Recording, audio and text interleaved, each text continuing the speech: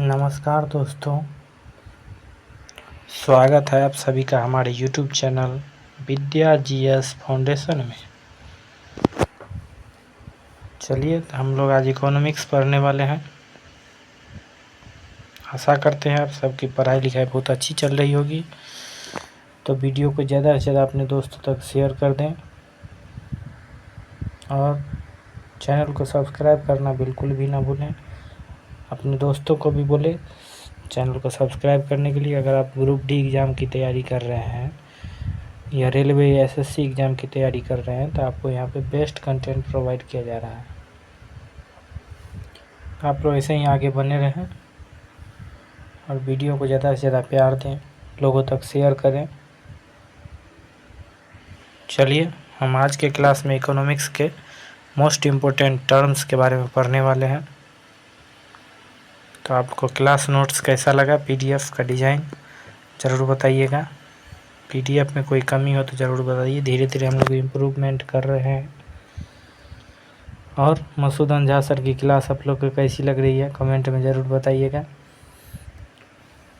कोई भी क्वेरी हो रिलेटेड, हमारा व्हाट्सएप चैनल बना हुआ है, टेलीग्राम चैनल भी बना हुआ है, तो आप लोग उस पर कमेंट करके पूछ सकते हैं। या वीडियो से रिलेटेड कोई प्रॉब्लम है तो वीडियो के नीचे कमेंट में पूछ सकते हैं। तो चलिए, रेलवे ग्रुप डी एग्ज़ाम के लिए बेस्ट PYQ क्वेश्चन है जो कि पिछले ईयर पूछा गया था। वही वन लाइनर के फॉर्मेट में हम लोग लाते हैं जो आपको हमेशा याद हो जाए एक ही बार में। चलिए आगे बढ़ते हैं। देखिए, आज की PPT में हिंदी और इंग्लिश दोनों में क्लास प्रोवाइड की गई है। तो ज़्यादातर स्टूडेंट को इंग्लिश में भी मिल जाएगा। देखिए क्वेश्चन है, उसका आंसर दिया हुआ है। Economic type India has a dash economy. India में कैसा इकोनॉमी है? तो इंडिया में मिक्स्ड इकोनॉमी है। तो उसका आंसर आप लोग को मिल गया, इंडिया हैज मिक्स इकोनॉमी। ऐसा ही poverty line define as dash per day in rural area. Rural area में पॉवर्टी लाइन किस पर डिसाइड किए जाते हैं? कितने मतलब पॉवर्टी लाइन 27 पे डिसाइड किए जाते हैं। तो ऐसे आपको हिंदी इंग्लिश दोनों में PDF है, आप लोग ज़रूर देख लें। चलिए अब हिंदी से पढ़ाना शुरू करेंगे क्योंकि मोस्ट ऑफ स्टूडेंट हिंदी में अच्छा समझते हैं। आपको इंग्लिश में भी PDF है, वही चीज़ हम लोग हिंदी में भी एक्सप्लेन के साथ पढ़ाएंगे।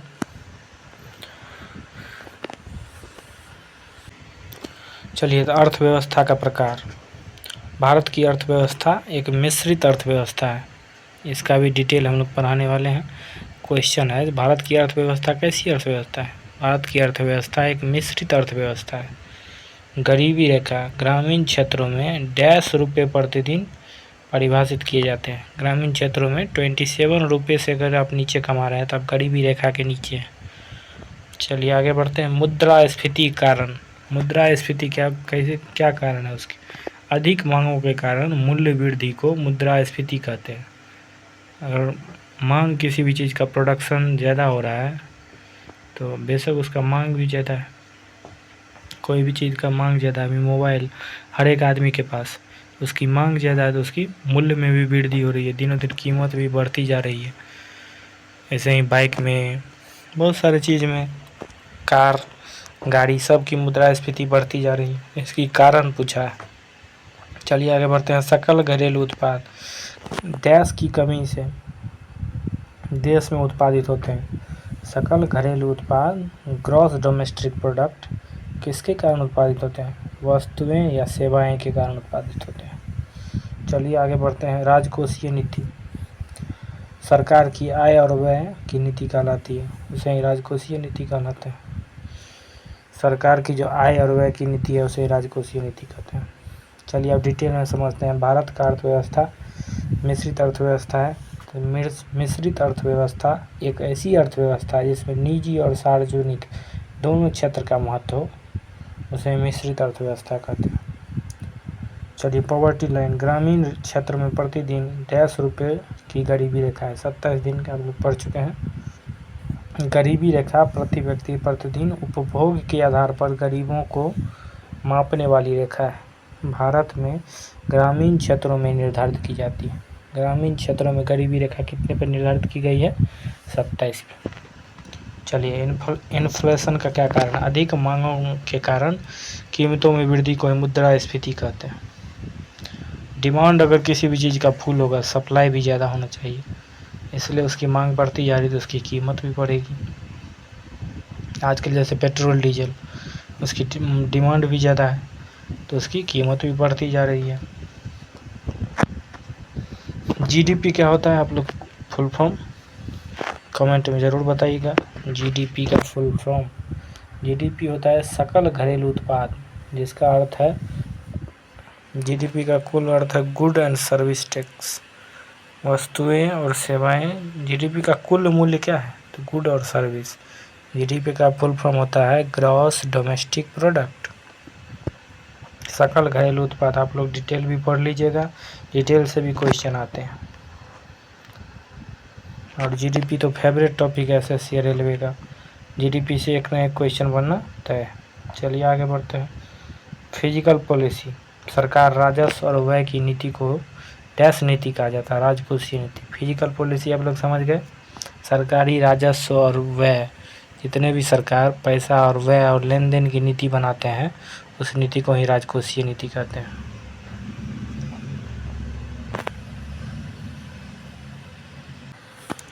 चलिए तो आगे बढ़ते हैं। मॉनेटरी पॉलिसी किसके द्वारा निर्धारित की जाती है? RBI, reserve bank of India के द्वारा मॉनेटरी पॉलिसी निर्धारित की जाती है। इसे हिंदी में मौद्रिक नीति कहते हैं। यह एक मौद्रिक प्राधिकरण है, जैसे कि आरबीआई द्वारा अपने लक्ष्यों को प्राप्त करने के लिए अपनाई जाती है। सभी बैंक की कुछ न कुछ मौद्रिक नीति होती है जो आरबीआई डिसाइड करता है, और उसे क्रेडिट नीतियों में संयोजन किया जाता है।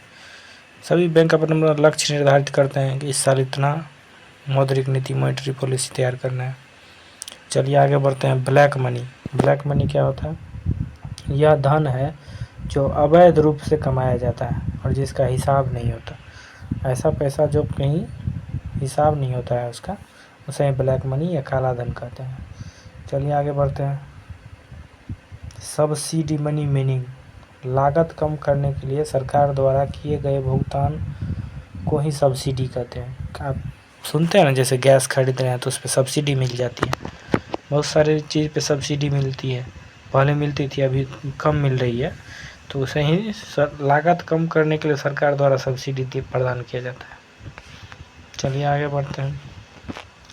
ट्रैफिक डेफिनेशन, आयात निर्यात पर लगने वाले करों को ही ट्रैफिक डेफिनेशन कहते हैं। ट्रैफिक नियम तो आपको पता ही है, रोड टैक्स लगता है, टोल टैक्स लगते हैं, सभी क्या है? आयात निर्यात पर लगने वाले कर हैं।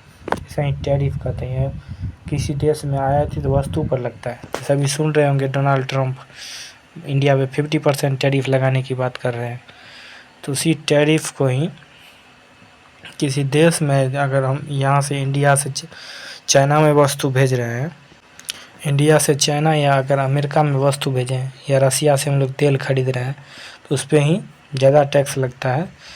तो उस टैक्स को बढ़ा दे रही है अमेरिकी सरकार, इसलिए अभी चर्चा में है मोदी और ट्रंप के बीच, जो भारत में 50% टैरिफ लगा दिया जाए, और लगा दिया गया है, तो इसको अब देखिए कैसे कम किया जाता है। चलिए, आईएमएफ क्या होता है? फुल फॉर्म आप लोग कमेंट में ज़रूर बताइएगा। यह एक अंतर्राष्ट्रीय मुद्रा फंड है, इस मॉनेटरी पॉलिसी को कंट्रोल करता है। अंतर्राष्ट्रीय मुद्रा कोष आईएमएफ, यह एक अंतर्राष्ट्रीय संगठन है जो वैश्विक मौद्रिक सहयोग और अंतर्राष्ट्रीय व्यापार को नियंत्रित करता है और सुविधाजनक बनाने में मदद करता है।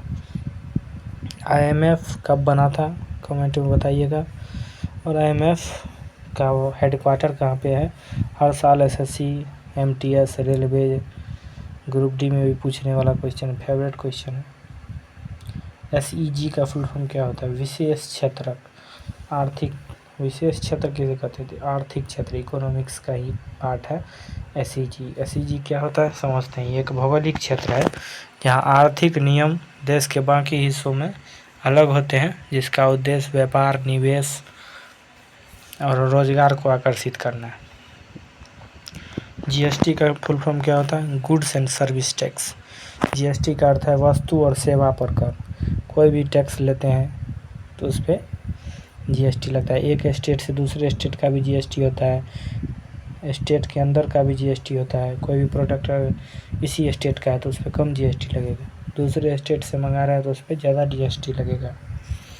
तो जीएसटी होता है प्रत्यक्ष कर और अप्रत्यक्ष कर। चलिए, inflation rate measuring by consumer price index, इसे सीपीआई कहते हैं, कंज्यूमर प्राइस इंडेक्स। मुद्रास्फीति को किससे मापा जाता है? सीपीआई, कंज्यूमर प्राइस इंडेक्स, उपभोक्ता मूल्य सूचकांक। चलिए आगे बढ़ते हैं। बजट क्या है? बजट का उल्लेख किस आर्टिकल में है? कल ही पढ़ाया गया था। बजट का उल्लेख आपको पॉलिटी क्लास में पढ़ाया गया था। जो बजट का उल्लेख किस आर्टिकल में है? बजट का उल्लेख आर्टिकल नंबर 112 में है। उसे ही एनुअल फाइनेंशियल स्टेटमेंट या बजट कहते हैं। तो आप लोग को कमेंट में बताना है कि बजट शब्द किस देश से लिया गया था। बजट शब्द का अर्थ होता है जब किसी सरकार का व्यय किसी आय से अधिक हो जाता है, तो इसका मतलब है कुल कमाई कुल खर्च से कम है। चलिए, फिजिकल डेफिसिएट, राजकोषीय घाटा। जब कोई सरकार घाटा में चल रही होती है तो उसे राजकोषीय घाटा उसका, जैसे अभी नेपाल में सभी जनता ने मिलकर आंदोलन कर दिया है, राष्ट्रपति साहब और प्रधानमंत्री साहब के आवास को भी क्षति पहुंचाई है और उनकी पत्नी का शायद देहांत हो गया है। तो देखिए न्यूज में जैसा चल रहा है, राजकोषीय घाटा वही होता है सरकार की जब कुल आय उसकी उधारी से ज़्यादा। जैसे पाकिस्तान भूखा नंगा है, हमेशा किसी न किसी से कर्ज लेने के लिए पहुंच जाता है, वही आईएमएफ पहुंच जाता है, इंटरनेशनल फंड, मॉनेटरी फंड में, वहाँ से या सेंट्रल बैंक से जाके पैसा ले आता है, उसे ही कहते हैं राजकोषीय घाटा। चलिए आगे बढ़ते हैं। आज के लिए इतना ही। Thanks for watching our video. Please like and share, subscribe my YouTube channel. अगर आपको कोई भी क्वेरी होती है तो व्हाट्सएप चैनल से जुड़ना बिल्कुल ना भूलें। धन्यवाद। जय हिंद, जय भारत। अपने दोस्तों तक वीडियो को शेयर कर दें और चैनल को सब्सक्राइब करना बिल्कुल ना भूलें। धन्यवाद। जय हिंद, जय भारत।